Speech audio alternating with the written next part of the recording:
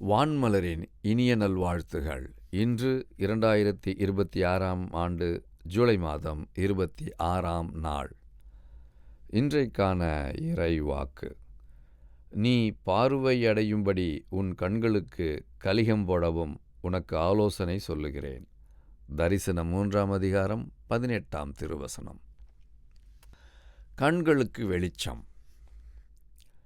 நடைபாதைகளில் ஊதுபத்தி அல்லது கீச்செயின் விற்பவர்கள், சிக்னலிலும் மின்சார ரயிலிலும் பழைய பாடல்களை பாடி பிச்சை கேட்பவர்கள், சுரங்கப்பாதையில் புல்லாங்குழல் அல்லது ஹார்மோனியம் வாசிப்பவர்கள் என மேலும் பல தருணங்களில் பார்வையற்றவர்களை நம் வாழ்வில் சந்தித்திருப்போம்.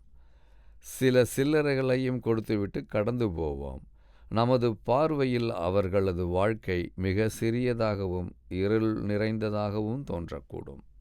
தியான பகுதியில் யோவான் ஆடம்பர வாழ்க்கை, உயர்ந்த உடைகள், தங்கம், வெள்ளி, வீடு, வாசல், நிலம், கார் என எல்லாவற்றையும் நம்பி வாழ்ந்து கொண்டிருக்கும் போது நாம் கடவுளை மறந்து பார்வையற்றவர்களாக வாழ்ந்து கொண்டிருக்கிறோம்.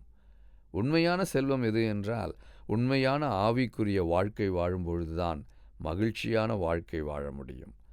ஆண்டவராக இயேசு கிறிஸ்துவின் வார்த்தைகளை கொண்டு மறைக்கப்பட்டு இருக்கின்ற நம்முடைய கண்களை திறந்திருக்கிறார். நாம் அனைவரும் கிறிஸ்து என்னும் ஆண்டவரை நம்முடைய இருதயத்தில் ஏற்றி வைத்தால்தான் வெளிச்சமுள்ள வாழ்க்கை வாழ முடியும். இதுபோன்ற வாழ்க்கை வாழ கடவுள் கிறிஸ்துவின் வழியாய் நம்மை அழைக்கின்றார். ஜெபிப்போம். இறைவா, பாவம் என்னும் இருளில் வாழ்ந்து கொண்டிருக்கின்ற எங்களை வெளிச்சத்திற்குள் கொண்டு வர உதவி செய்யும்.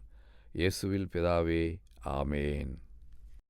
இன்றைக்கான கேள்வி: எதைக் கொண்டு நம்முடைய கண்களை திறந்திருக்கிறார்? எதைக் கொண்டு நம்முடைய கண்களை திறந்திருக்கிறார்?